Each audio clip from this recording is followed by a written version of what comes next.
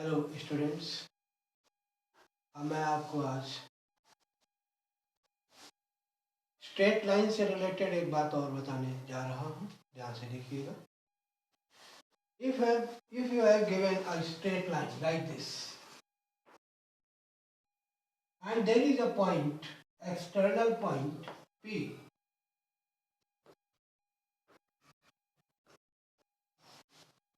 और आपसे कहा जाता है कि what will be the perpendicular distance from this point to this line.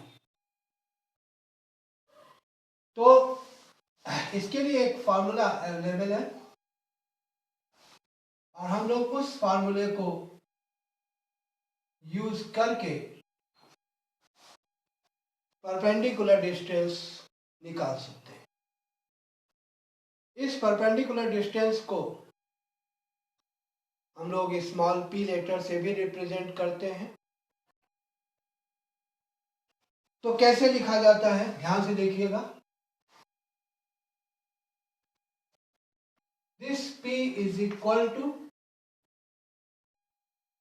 ax1 plus by1 plus c upon under root a square plus b square. This is the formula. इस फार्मूले में हम वैल्यू रखते हैं और वैल्यू रखने के बाद हम ये पता करते हैं कि परपेंडिकुलर डिस्टेंस कितनी है। एक सिंपल सा एग्जाम्पल लेता हूं मैं। 2x minus 3y is equal to 1. Let me suppose this is the equation of a straight line और आपसे जानना चाहता है कि इस लाइन से एक पॉइंट दिया गया है 3,4 की परपेंडिकुलर डिस्टेंस क्या होगी। कैसे निकालेंगे देखिएगा। सबसे पहला काम तो ये करेंगे कि इस 1 को इधर ट्रांसफर कर देंगे।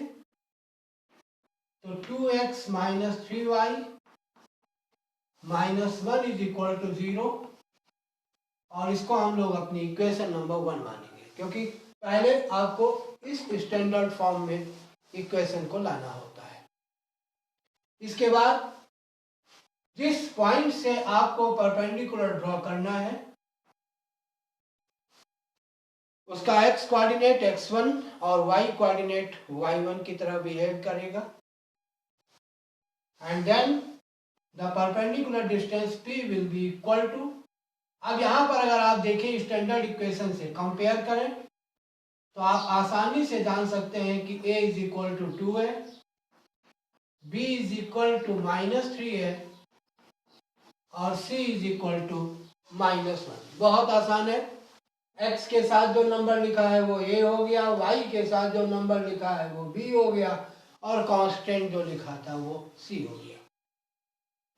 अब ये a, b और c की वैल्यू और x1 y1 की वैल्यू फार्मूले में रखेंगे और हमें हमारा आंसर आएगा। क्या आएगा? 2 into 3 minus 3 into 4 minus 1 upon under root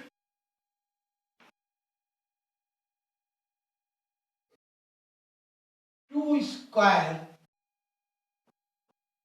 plus of -3 square. Root a square plus b square लिखना है ना, तो a की वैल्यू 2 है और b की वैल्यू -3 है। अब आप इसको अगर सॉल्व करेंगे 2 3 जा 6, 4 3 जा 12 with -1 upon under root 4 plus 9। -1 -12 is -13 और +6 किया गया तो ये हो गया -7।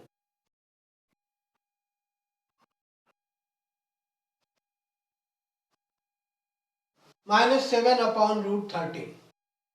लेकिन मैं परपेंडिकुलर डिस्टेंस निकाल रहा हूं और डिस्टेंस एक पॉजिटिव वैल्यू होती है, तो लिखेंगे देयरफॉर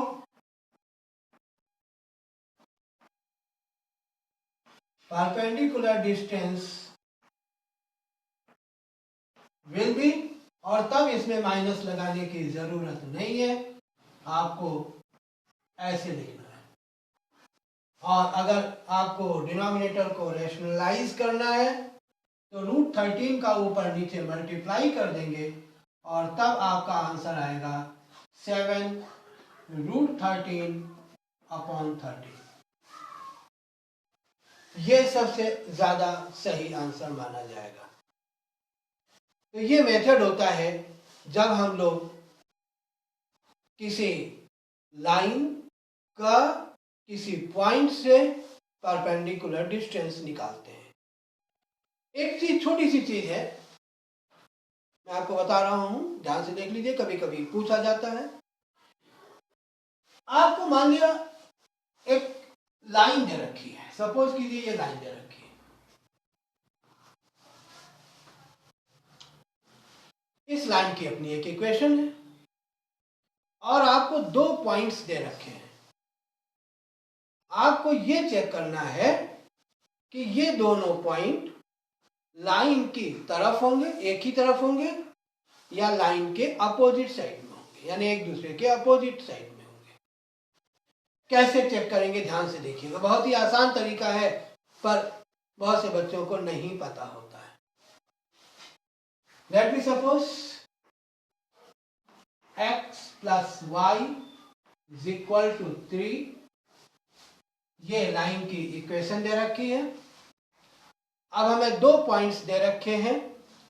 एक पॉइंट है 1,1 और दूसरा है -2,3। अब हमें ये चेक करना है कि ये दोनों पॉइंट लाइन के एक ही साइड में है या अपोजिट साइड में है। अपोजिट साइड मतलब एक पॉइंट इधर होगा तो एक पॉइंट इधर होगा। कैसे चेक करेंगे, बहुत ही आसान मेथड होता है। सबसे पहले तो आप इस इक्वेशन को स्टैंडर्ड फॉर्म में ले लीजिए।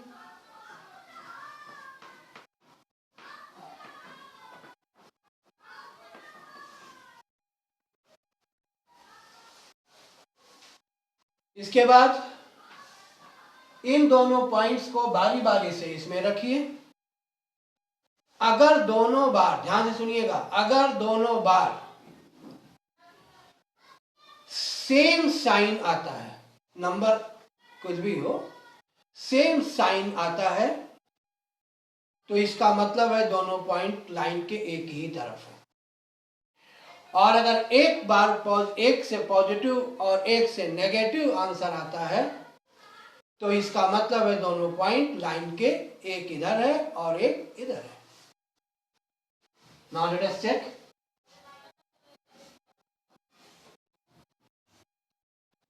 सबसे पहले पॉइंट 1,1 के लिए चेक करते हैं। It will be 1 + 1 -3। 0 नहीं लगाना है, ओके। और ये -1 आ गया। ध्यान सुन लो, केवल इतना पार्ट लेना है, 0 नहीं लेना है। 0 क्यों नहीं लेना है मैं आपको बताऊंगा। फॉर द पॉइंट -2,3 -2 + 3 -3 और ये आ गया -2। दोनों बार सेम साइन, दोनों बार नेगेटिव आ रहा है। इसका मतलब ये दोनों ही पॉइंट लाइन के एक ही साइड में होंगे, एक ही साइड में। अच्छा, अब अगर जीरो की बात है, हमने कहा जीरो नहीं लेना, जीरो क्या होगा? देखो दो बातें हैं। अगर आपको कोई पॉइंट दे रखा है किसी लाइन में, आप उसमें रखते हैं एक्स और वाई की जगह, तो दो बातें होंगी, या तो आंसर जीरो आएगा या जीरो नहीं आएगा।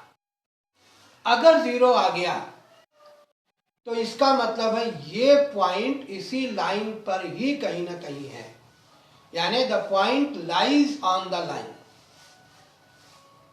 यहां से अब की लाइन तो इनफाइनाइट तक जाती है, जरूरी नहीं है कि जितना मैंने खींचा यहीं पे हो सकता है कि पॉइंट यहां हो और लाइन को आगे बढ़ाने पर पॉइंट उसको मिल जाएगा।